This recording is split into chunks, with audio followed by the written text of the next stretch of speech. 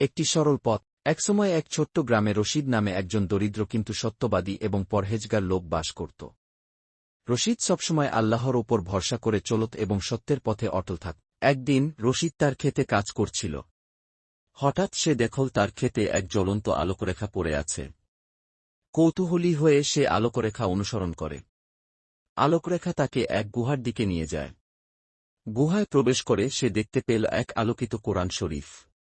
রশিদ আল্লাহর নাম নিয়ে কোরআন শরীফটি হাতে তুলে নিল। যেই মুহূর্তে রশিদ কোরআন শরীফটি হাতে নিল, গুহা আলোকিত হয়ে উঠল এবং এক সুদৃশ্য বাগান দেখা দিল। বাগানে ফুল, ফল আর ঝর্ণা প্রবাহিত ছিল। রশিদ বুঝল এটি আল্লাহর কুদরত। রশিদ আল্লাহর দরবারে শুকরিয়া জানিয়ে বলল, হে প্রভু, আমি সবসময় তোর উপর ভরসা করতাম আর তোর কুদরত দেখার জন্য অপেক্ষা করতাম। আজ তুই আমাকে তোর কুদরত দেখার সুযোগ দিলি। সেই দিন থেকে রশিদ আরও বেশি ইবাদত ও দানধান করত। গ্রামের লোকেরা তার সততা ও আল্লাহভক্তির প্রশংসা করত এবং তাকে অনুসরণ করত। রশিদ সবার জন্য এক অনুপ্রেরণা হয়ে উঠেছিল। এই গল্প থেকে আমরা শিখি, যারা সত্যের পথে অটল থাকে এবং আল্লাহর উপর ভরসা করে, আল্লাহ তাদের জন্য কুদরত প্রদর্শন করেন।